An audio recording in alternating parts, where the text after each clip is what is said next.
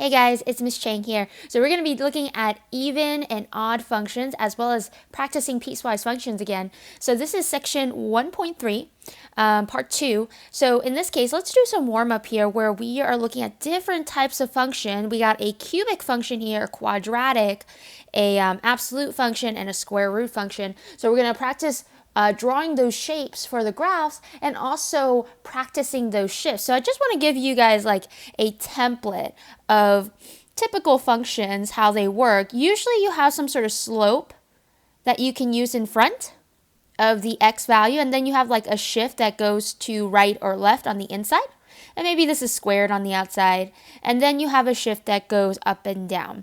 So this is our horizontal shift, so right or left, and then you have your vertical shift. If I can spell. And then you typically can use that front number as your slope. You just have to be cautious on how you use that. Make sure that the slope is always over 1 when you use it.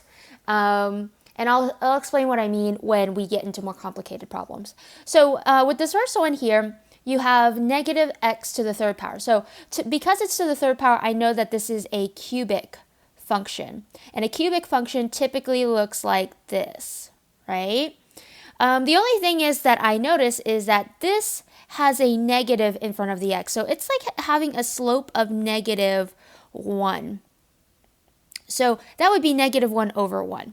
So typically you're at the origin, right? And you would go up 1 over 1. But in this case, you would go down 1 over 1. So I'm going to plot a point at the origin because typically that's where a cubic function starts. So you go down 1 over 1, graph. And cubic functions, one side will either go down or up, and the other side must be opposite. So if you went down and over, you got to go up to the left now and curve that up, and you have your cubic function. So basically what this negative sign did was take a normal cubic function and kind of flip the side. So now it's not down to up, it is up to down. And so when I'm looking at this, notice that there are arrows pointing up and down. So this is going on to negative infinity and positive infinity, which tells me that the range goes to negative infinity to positive infinity, or in other words, it's all real numbers because it covers all the y values. Same thing for the x, the domain. This is pointing to the right with an arrow, and this is pointing to the left with an arrow, and this is pointing to the right with an arrow. So this is going to go to negative infinity and positive infinity. So it's going to cover all spectrum. So this is also all real numbers. In fact, cubic functions, they're really nice. Anytime you have a cubic function, the domain and range is always all real numbers. Okay, now let's check out B here. We have a quadratic. So quadratics are those U shapes.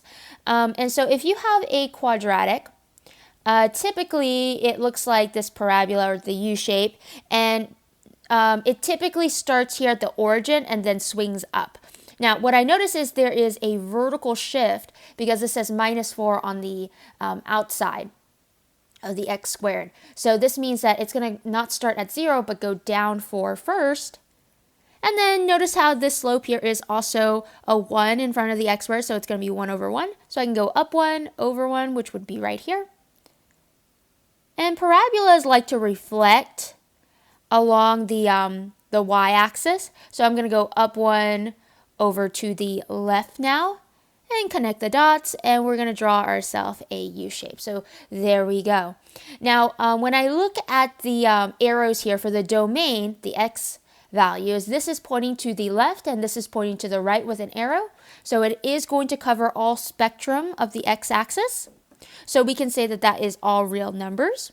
And for the range, this gets a little bit tricky because notice that the range here, the lowest y value that it can go is right here at the minimum, right? That's why we call parabolas, we have a max and a minimum. So we have a minimum at -4.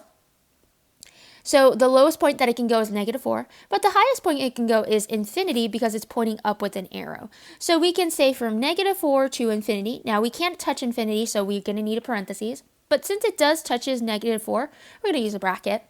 So with parabolas, the domain is always all real numbers, but the range is usually restricted.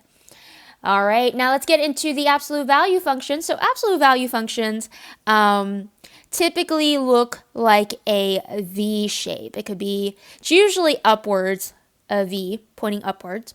So it also starts at the origin.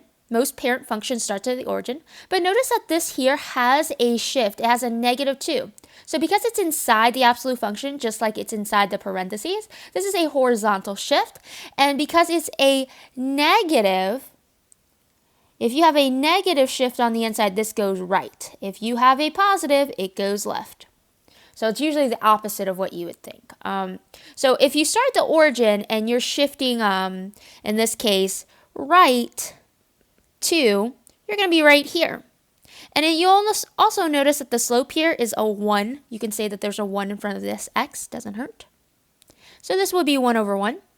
So you would go from this point here up 1/1.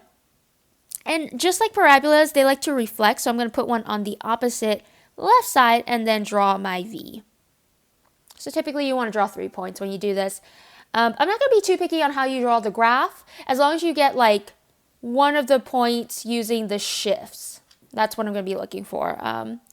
So in this case here, I am going to be looking at the domain. So similar to the parabola, it is pointing left and right. So it is going from -infinity to +infinity. So we have another all real numbers. Whereas the range here, notice the lowest point on this curve is right here. And that y value right there is 0.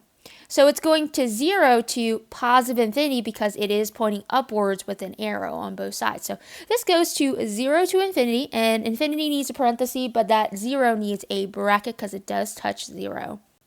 All right, so our next function here in D is a square root function. So square root functions kind of look like a firecracker. It starts at the origin typically, and then it shoots on upwards, but it's only one-sided. Okay, so it's kind of like a flying rocket or a firecracker. You could think of it that way.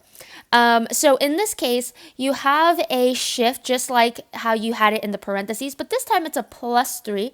So this is shifting left 3. And so the slope here is also 1.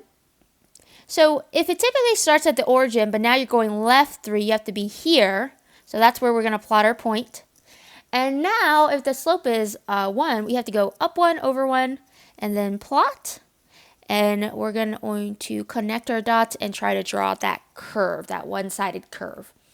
So in this case here, because it is restricted at -3, notice that there are no lines or curves here because x doesn't exist on this side. It only exists from -3 to, with an arrow, you're pointing to infinity. So it only goes from -3 to +infinity. So we do have a restriction on the domain, and we can use a close bracket on that -3 since there is a solid dot.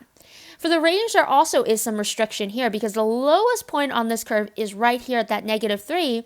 But what's that y value on that -3? Well, it's 0.